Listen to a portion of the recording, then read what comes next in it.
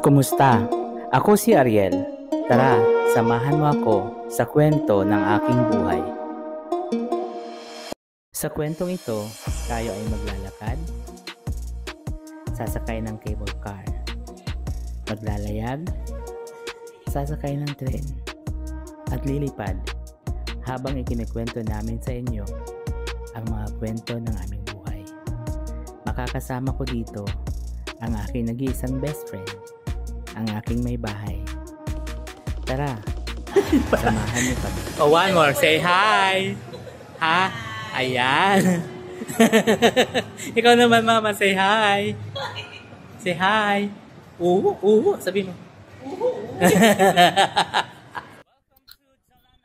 Ako ay isa lang ordinaryong tao.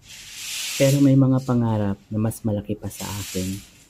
Lumaki akong puno ng pag-asa. Dala-dala ang mga aral ng aking pamilya at ang mga aral na nagmula sa aking karanasan at ang pagmamahal ng Diyos.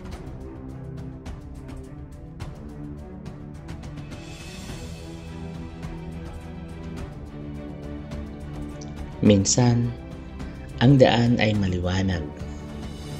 Minsan naman, madilim at mabato.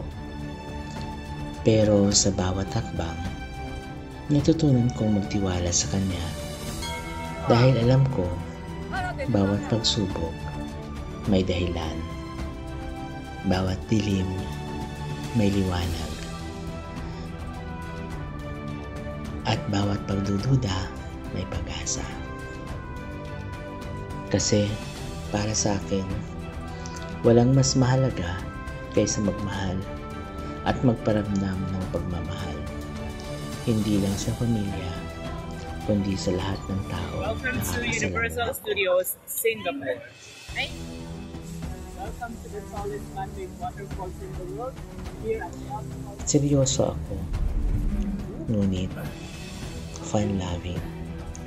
Kasi kahit gaano kabigat ang laban, hindi pwedeng mawala ang halakhak at ngiti. Dahil minsan, ang simpleng tawa, sapat na para gumaan ang mundo. Sir, can you say hi to my vlog? Hello. What's your name? How are you? My name is Vivek. Hi there. I have always from? believed From the na ang Philippines. tunay So na nice. You're kayamanan reading over? ay hindi nasusukat sa Sort dami of, ng but pera not o really. Just material na bagay, we're trying. kundi sa saya Are you? at kapayapaan na ibibigay mo Okay. I sa just mga love mahal shopping. mo sa Yeah. buhay. Just me and my wife. Hi guys. Idol. Para sa akin, ang tagumpay ay kapag nakikita ko masaya ang aking bahay at ligtas at masaya ang buo kong kami. Hello. Hi. Hello. Hello. Hi. Okay, that's 3, 2, 1. Okay, pitang. Pero hindi doon nagtatapos. Yeah. Mas may malawak pa akong pangarap. Ang mag-iwan ng mabuting marka sa komunidad na aking ginagalawan. Na kahit mawala ako balang araw, mananatili ang epekto ng mga simpleng gawa ng kabutihan. Sa paglalakbay na ito, natutunan ko na ang buhay ay parang biyahe sa dagat. May mga alon na susubok sa tibay mo. May mga araw na payapa at tahimik. At may mga pagkakataon na kailangan mong sumisid para makahanap ng sagot.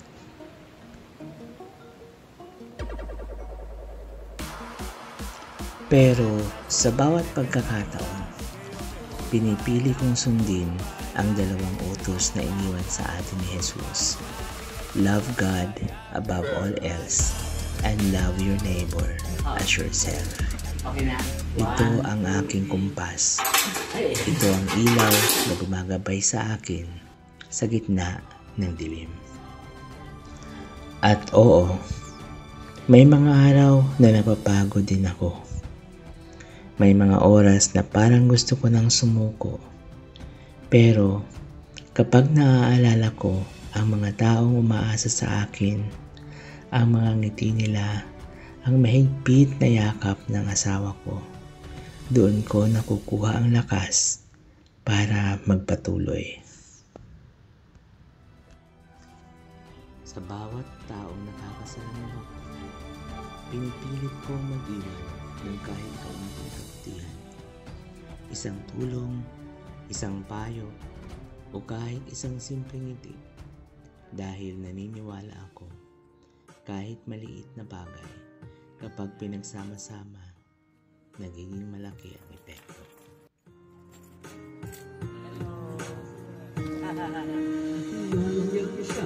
Hindi kayo nag-ayos sa atin.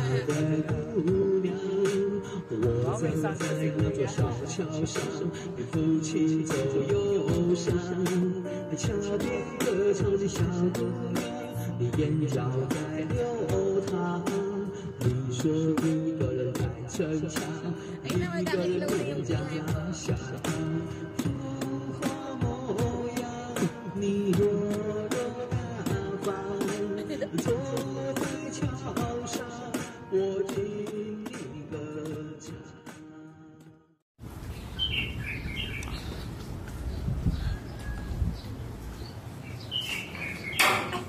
Loh, Popo. Hindi ako bigat ka.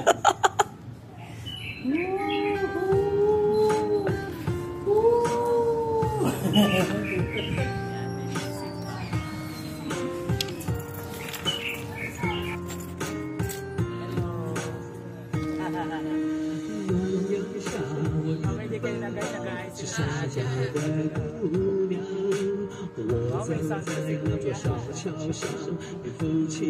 Life is too short not to laugh, and not to make a difference. Kaya't sa aking paglalakbay, patuloy akong nagmamahal, naglilingkod at magpapasaya.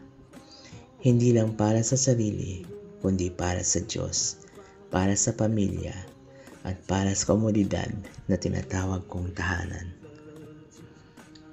Ito ang aking kwento. Ito ang aking misyon. Ito ang aking paglalakbay.